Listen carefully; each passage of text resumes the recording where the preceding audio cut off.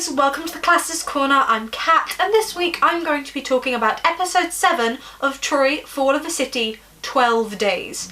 Now, in the last episode I probably took more of a reviewing stance rather more than a pure classical one, even though the classics sort of affected my review of it.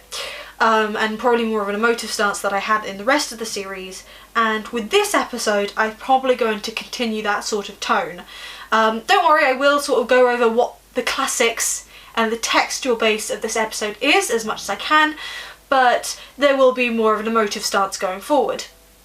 So this episode follows on from the last episode with the fallout of the death of Hector. Like I said in the last episode, I don't particularly like the way that they made Hector's death in the last 10 minutes of the episode. And I don't really like the way they handled Patroclus's death in the last episode either. But this series has seemingly a trend of important deaths happening in the last 10 minutes of an episode. So I'll get to that later on. But like I'm saying, this episode has the fallout of Hector's death, and I feel like the use of the classics in the last episode actually affected this episode quite a lot, because initially they seem to focus on Priam and Hecabe's reaction to Hector's death, and they're sort of they're upset at it, they're sort of distraught. Hecate particularly, she can't get out of bed, she's beside herself with sort of grief, and I feel like if they had included the scenes in the Iliad where Hecate and Priam are begging Hector not to go out and face Achilles, Hecabe's and Priam's emotional sort of drive in this episode would have been more effective. So by sort of taking, and it wouldn't have been hard just to have a few scenes of Hector and his parents in the last episode, but by not having that, the emotional weight of this episode was sort of lessened. So it's a bit weird, because I feel like the way they used the classics in the last episode weakened the narrative force of the modern story going forward, if you know what I mean. So it was already a little bit, in my opinion, a little bit weak going into it, because they had left out such a potentially important scene in the last episode. You have, in this episode, you have Achilles initially refusing to give Hector's body back to the Trojans. The Trojans are approaching the Greek camp and sort of sending messages and asking for the body back. I feel like, again, this doesn't really work so well, because we haven't had the precedence of the returning of bodies and the importance of burial. The only time we sort of mentioned burial and the importance of burial is in the case of Andromache's father.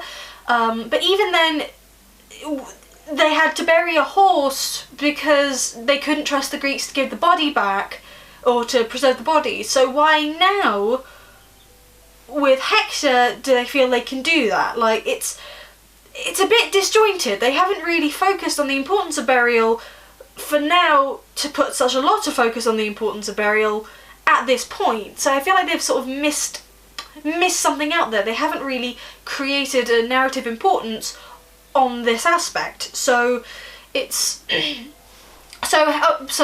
but Priam going to go to Achilles to get Hector's body back is in the Iliad, so they've obviously decided to do that. They're sort of hitting a beat from the Iliad without much of the setup from the Iliad that would make that sort of thing important and interesting for the audience, I feel. And actually the scene with, Priam, Hecabe's distraught, and they're not giving the body back, so Priam goes to see Achilles. He risks himself to go to the Greek camp, and yeah, this is a scene from the Iliad, and he talks to Achilles face to face, and they reach an understanding, and Achilles eventually does give Hector's body back. And to be honest, actually the scene between Achilles and Priam is probably the best acted scene in the series so far. The actors did an amazing job. It was a really, really effective scene from the acting. The acting was very, very, very strong. The problem I found with the scene is that it didn't have the same emotional effect that it potentially should have been. And why this is because in the Iliad there is a lot of build-up with Achilles and his absent father Peleus. A lot of Achilles' emotions is the fact that he's probably going to die at Troy and then never see his father again. His father won't have someone to look after him in old age. Like Peleus, while not a character in the Iliad himself, is a big part of the Iliad and Achilles' emotional journey throughout it.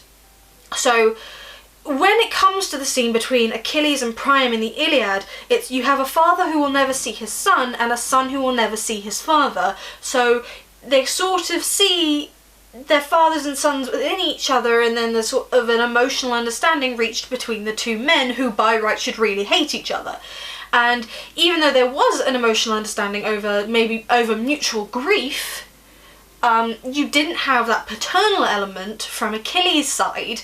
So I felt it didn't really have potentially the same effect.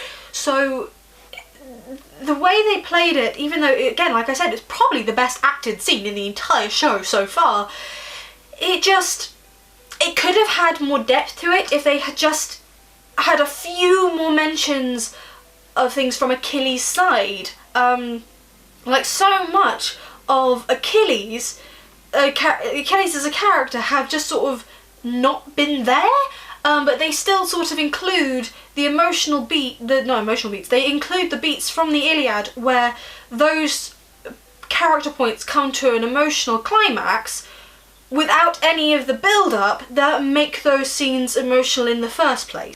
Priam does succeed in persuading Achilles to give Hector's body back, and he makes Achilles promise that there will be a 12-day mourning period that the Trojans can use to bury Hector and mourn for Hector without the war. So no battles, no ambushes, none of that.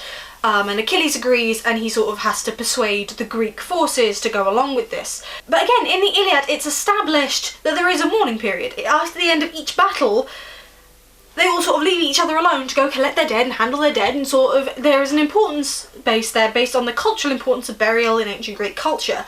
Now, we don't have, a modern audience doesn't have the same understanding of burial practices of ancient Greek soldiers and warriors, so in wartime. So the fact that they're putting so much focus on burial now and burial practices now without enough of the cultural context to really go forward with it, it sort of starts making not a lot of sense, because the Greeks promise to do this, or Achilles promises to do this, and the Greeks reject the idea. They want to carry on fighting. They don't want to give the Trojans a mourning period, but it just sort of makes the Greeks seem unnecessarily antagonistic, and I know they're the antagonists when the focus of the show is the Trojan War from the Trojan perspectives. The Greeks are the bad guys, but there was no reason to make them so unnecessarily bad.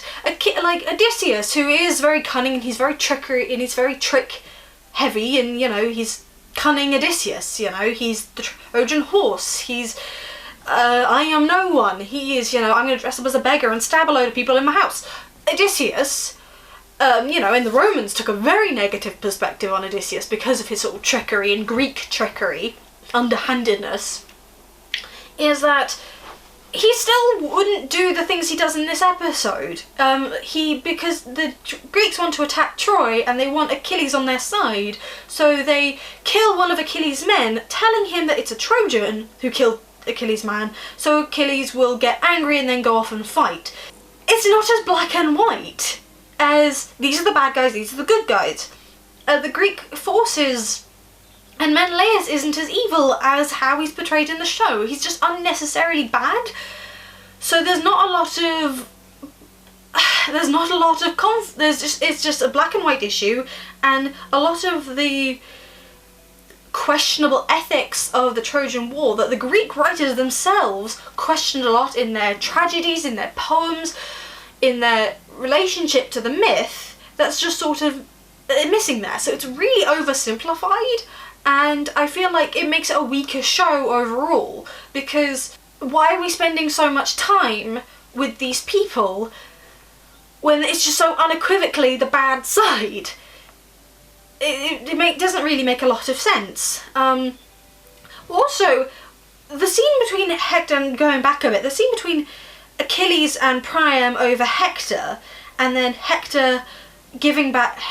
and then Achilles giving back Hector's body, and then Patroclus' ghost then appearing to Achilles and sort of, begging for him to bury him, and finally Achilles letting Hector go. That is meant to be the moment in the Iliad where Achilles lets go of his anger. It's a massive sort of catharsis for the reader and the audience, because it would have been read to people, the Iliad would have been, and it's meant to be, and he still accepts death as a person. He knows he'll still fight in the Trojan War, but he lets go of his anger, and considering the entire poem of the Iliad is about Achilles' anger, it's just sort of...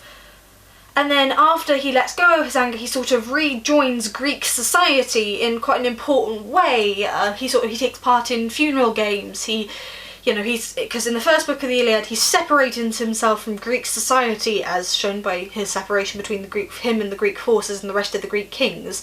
And then after he lets go of his anger, he reintegrates himself into that sort of cultural norm. And it's a big arc. So by having Achilles not let go of his anger, by having him still be antagonistic to the Greeks, and the Greeks be antagonistic to him, and they hate him, and they have to trick him to go back, and his anger sort of continues towards Priam then, and then it's just sort of, it doesn't really give a good conclusion to Achilles' arc in the show. I can understand maybe why they wanted to continue with Achilles a little bit and bring him up to, again, the last 10 minutes of this episode, but you just sort of don't get that same feeling as you would reading the poem. And again, there's nothing wrong with the show changing things. That's not the problem I'm having. Again, Greek myth changes so much in ancient texts between one text to another that this is just another version of the Trojan myth, and that's fine. The creators could do whatever they want. I just feel like the way that they've used it hasn't actually had any benefit for their show. The pacing has been all over the place, important things happen. It's almost like they're checking off a box. They're like, oh, well, people familiar with the myth, they want this to happen, and this to happen, and this to happen, but without any of the actual build-up and context of why those things that people wanted to see happen were the things that people wanted to see happen. If that makes any sense at all. It just feels like they were like, well, this happens, and then Patroclus dies, and Hector dies, and then Achilles dies, but without any of the actual story beats that should really go in between those things to make it worth it for the audience to sit through them. So I'll probably talk more about how the show's used the Greeks when I talk about something that's probably been bothering me about the Trojan side for a while, but I never actually went into it. Even I hadn't really thought about why it was bothering me, but this episode really made me realise what the problem was. So when the focus is on Troy and the Trojans and sort of mourning Hector's death, there is the whole scene there's a whole storyline with Helen, which I haven't really talked about in these episodes, where she's sort of working with Xanthias, who was one of Odysseus's men who's inside Troy, and then the whole storyline with that, which I find quite boring, to be honest. It is one of the modern additions to the show. Again, I don't know how everyone else feels about it. I think it's meant to make the show feel a bit more Game of Thronesy, a bit of intrigue, a bit of like internal conflict in Troy with Helen, and whose side is Helen really on, and it's meant to be that. Again, I find it a little bit boring. I find it a bit unnecessary, to be honest. It's not like, they could have actually had more plot lines with the Trojans and the war. That wasn't that, potentially, I feel. But again, I'm not sure how that goes, and especially with her relationship, how Helen's relationship with Paris / Alexander is going forward, because Alexander sort of being set up in the mantle of Hector. Priam asks Alexander to lead the Trojan army. Alexander's sort of like, oh, I will be like Hector now, and Paris / Alexander was never meant to fit the Hector mould in the myth. He's a bit of a prancing pony, the bloke. Good warrior. I will not begrudge the show for making him a good warrior, because I feel like that's something that people don't do in enough adaptations, is because all these men are formidable fighters. Just because he prances around in leopard skin and similarly describing him as a pony doesn't mean that Paris shouldn't be in war in this situation. But he's never meant to fit the Hector role as the man of Troy. Now, who is meant to fit that role is Aeneas. Now, Aeneas, I haven't talked about Aeneas. Aeneas in the show is portrayed by Alfie Enoch. He's doing a good job so far with what little they give him, and that's sort of a problem, I feel, in the fact that they have given Aeneas so little to do in this show. Because there's one scene that sort of made me do sort of a double take with Aeneas, like a thought process that I had, which was Aeneas is talking with Penthesilea, the Amazon queen, and they're having a bit of a flirt, which really I don't see the point of that. And Aeneas says, "Oh, I know what it's like to lose someone. I lost my love in my hometown from sickness." And I just sort of went, what? Okay, why? Because, and again, the show can do whatever it wants, but I feel like that one line sort of shot the creators in the foot a bit with potential future plans if they were going to do anything about Aeneas. Because I don't know how many people will be aware of the myth of Aeneas, is that Aeneas is one of the survivors of the fall of Troy. Him and his band of men, including Aeneas and his father Anchises and his son Julius, well, it's Ascanius, everyone calls him Julius, you'll find out why, escape Troy during the sack of the city. The gods tell him to leave Troy. They take the idols of the Trojan gods with them, and they escape Troy, and then they journey around for a bit, and then they settle in Italy, and they found a bunch of cities whose descendants will eventually found a small city, you might have heard of it, Rome, so Julius is the person who founds the Julian line, which includes people like Julius Caesar and Augustus, the first emperor of Rome. So it's sort of important to have Aeneas as potentially a figure that the audience might care about if, say, the BBC wanted to continue and maybe do an Aeneid storyline in maybe a sequel series. Because this comes back to what I was saying earlier about potentially use of the Greek forces, is that you have Aeneas, a character who is very, very, very important in classical literature, and they've cast an actor who's fairly well-known-ish, not exactly a huge actor, but an actor which people are going to recognise and sort of see. I mean, Alfred Enoch, he was in Harry Potter, he was in How to Get Away with Murder, he has a bit of a following, so it would make sense that they wanted to do something with Aeneas maybe going forward, but they haven't really given him enough to do. And why it's the mention of, oh, his love died in his hometown that sort of bothers me, is it made me realise, like, okay, well, Aeneas is a Trojan, he's not someone from a different town who's come in to help Troy, he's a Trojan, his wife, Clarissa, is actually a daughter of Priam. She's a daughter of Hecabe and Priam, making Aeneas Alexander and Hector's brother-in-law, and it makes his son Julius a grandson of Priam, and therefore the Trojan royal family, that gives precedence to Julius then founding the Julian line and a really royal pedigree for the Julian line in Rome, and whether or not the Aeneid is Augustan propaganda, as many essays written about that, but not the point of this episode. So I feel like by what the creators of the show tried to do when having both the Greek and the Trojan side of things and sort of ticking off the box of, oh, well, people want to see Achilles, people want to see this, and people want to see that, is they potentially missed the chance to develop interesting characters on both sides by having both sides get the attention they have and added in plot lines like Helen and Xanthias and all of that they missed the chance to develop things in a modern way that could potentially be useful going forward. Because this might be you know, this might be a bit of a stretch and people might have hated it, but if they had potentially just focused on Troy,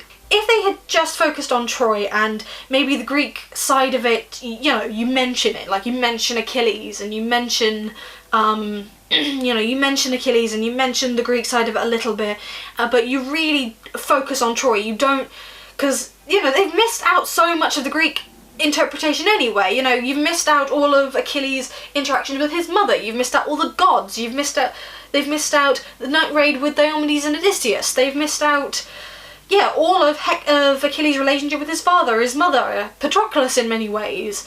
So they've already missed that bit out, so they've not focused on the Greeks enough to really make it matter, but then they haven't focused on the Trojan side of it enough to really make the Trojans matter. Because I feel like they've tried to make the tension in the show of who will win the war, but 4-year-olds know who would win the war. 4-year-olds learn about the Trojan horse, and so, I mean, maybe not 4-year-olds, but like, people know that Troy falls. It's not like a mystery of what's going to happen. So maybe if they had focused less on the Greek side of it, and paced it in a way that would actually have some building tension towards the eventual fall, and in doing so, maybe they could have focused more on Aeneas as a character, because Aeneas doesn't have his son in the show, and as far as I don't think Julius exists in Fall of a City, which, you know, if they had, you know, maybe they could have included Creusa in the show and, you know, had another woman that could have interacted with Andromache and Helen, and there could have been the sadness because Creusa dies during the fall of Troy, so maybe there could have been a motive thing there.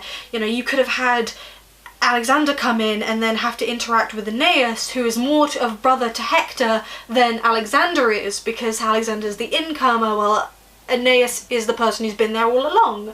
And, you know, there could have been more emotive stance with Hector trying to be a father, and then Aeneas being a father, and knowing that Stynax will die but Julius won't, and the person who should have been the future of Troy, Stynax, is not going to be that person because he's going to die, but Julian,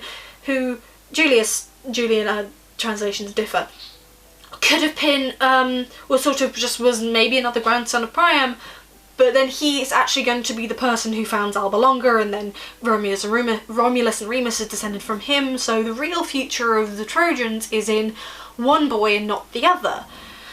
Like, there could have been a lot more developed there, and, you know, and then we could have seen the fall of Troy through Aeneas's eyes, which is actually where we get one of the most complete versions of the fall of Troy, is actually in the Aeneid as described by Aeneas. It's actually Aeneas who gives us one of the most complete versions of the Trojan horse. So by having that lack of focus of Aeneas, the creators have really shot themselves in the foot from both an emotional standpoint of storytelling that they could have done with the Trojan side, and then gone forward to really lose a potential for a sequel series where they could have done the Aeneid and then say, you know, it's Troy fall of a city and then it's Rome founding of a city or something like that. So they've sort of just kicked themselves in the foot there a little bit, shot themselves in the foot. But yeah, at least that's my opinion on that. So now, in the last couple of minutes of this video, I'm going to talk about the death that happened in the last couple of minutes of the last episode, which is the death of Achilles. Why does this show keep on having deaths of important characters in the last 10 minutes of episodes, where the emotional impact is not going to be that great? So Achilles, he goes off to fight Priam. He feels betrayed that Priam broke his promise because he thinks the Trojans sort of broke the truce. Achilles goes to kill Priam. He goes to the walls again. Paris shoots him in the heel, so the Achilles' heel is a part of the story. Priam stabs him and Achilles dies. And I haven't read many texts that actually go over the death of Achilles properly. Honestly, the closest I've read is the Odyssey, where he sort of describes his, his Achilles in the underworld. But Achilles doesn't get the same sort of peace or honour that he potentially should have as a mortal man dying. when he should have potentially been immortal. There wasn't enough weight to it, I don't feel, and I feel like in the next episode, which is the last episode, we're going to get the sack of Troy, and it's going to feel a little bit empty going forward, I think, especially considering all of the characters that I feel like most modern audiences who are familiar with the classics enough to sort of be interested, but not familiar enough with the classics to sort of really, you know, to maybe have as many complaints as someone who is as familiar with the classics is. I feel like even then it's going to be a little bit cheap, because like I said, I think the creators have gone through a tick box of what they thought was important, but they didn't have the emotional weight behind those sort of things to really make it count, and it's a shame, really, because I'm not going back in what I said in the second episode where I said about Iphigenia that the creators care about classics. I think they genuinely do. It's just, I think they were trying to walk a tightrope between people. They wanted to make it people familiar with the classics happy by bringing all these things in and using the texts in a really important way, because they have used the texts. I do think they know and care about classics, but they also wanted to add plot points and character beats that would make it more familiar with an audience who, in the majority, have not read lots of classical text, or any classical text at all. But my problem is that for the people who haven't read the classics, a lot of the inclusions that the creators have put in are a little bit pointless, because it won't really mean anything to them, because they haven't included all the build-up that makes those points significant in the first place. And then with the people who are familiar with the classics, I feel like sometimes it's a bit frustrating, because you just get caught up in what's not there when it potentially should be. Because it's not like I'm saying that they should have included everything. It's impossible to include everything. The Trojan myth is huge. It's just the bits that they haven't included the context of why those bits that they've included are important. So that's that. So anyway, I will see you guys next week with the last episode of this series. If you guys have any opinions on anything I've said below, differing opinions, you know, any text you guys want to mention, pop them in the comments below. I'd love to read them. Yeah, if you enjoyed this video, please like, share and subscribe, and I will see you next week. Bye guys.